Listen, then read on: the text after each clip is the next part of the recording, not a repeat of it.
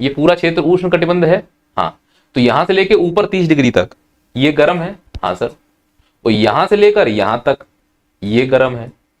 इसका मतलब यह भी उष्ण कटिबंध, तो वनस्पति भी उष्ण कटिबंध। यहां से लेकर यहां तक यह भी उष्ण कटिबंध, तो वनस्पति भी उष्ण कटिबंध। तो ये वाला जो हिस्सा दिख रहा है हमको, यह उत्तर अमेरिका का वो भाग है जो उत्तरी गोलार्ध में स्थित है, और उत्तरी गोलार्ध में स्थित है वो भी कहां पर, 0 से 30 के बीच में, इसीलिए यह उत्तरी गोलार्ध के उष्ण कटिबंध में आ रहा है।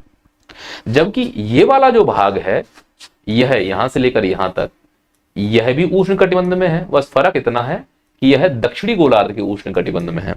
सब बच्चे क्लियर समझो, और ये बात सबको स्पष्ट रूप से समझ में आ रही है कि सर आपने जो लाइन का डिवीजन किया है वो बहुत स्पष्ट है। ये है वो लाइन, ये है वो लाइन, इस लाइन को हम विषुवत रेखा कह रहे हैं। इस लाइन के ऊपर उत्तरी गोलार्ध के उष्ण कटिबंध में है, और इस लाइन से लेकर इस लाइन तक, इस लाइन से लेकर इस लाइन तक ये दक्षिणी गोलार्ध का उष्ण कटिबंध।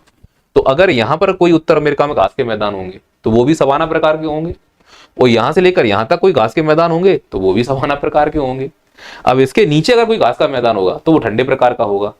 तो ये है उष्ण कटिबंधीय घास के मैदान, इसके नीचे है शीतोष्ण कटिबंधीय घास के मैदान, इसके ऊपर है उष्ण कटिबंधीय घास के मैदान, और इसके ऊपर उत्तर अमेरिका है ही नहीं।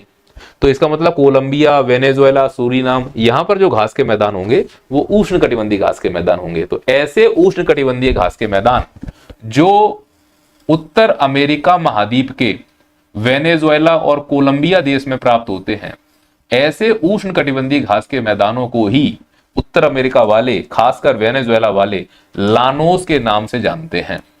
अब बताओ लानोस क्या है? तो लानोस ऐसे घास के मैदान हैं जो उष्ण कटिबंधीय क्षेत्र में स्थित हैं, उत्तरी गोलार्ध में स्थित हैं, उत्तर अमेरिका के वेनेजुएला और कोलंबिया देश में प्राप्त होते हैं। यह सवाना प्रकृति के घास के मैदान है। तो जब मैं तुमसे लानोस बोल रहा हूं तो सवाना कहने का मतलब हुआ कि यह लंबे होंगे, ठीक है सर, पत्तियां कड़क होंगी, ठीक है सर, घने होंगे, ठीक है सर,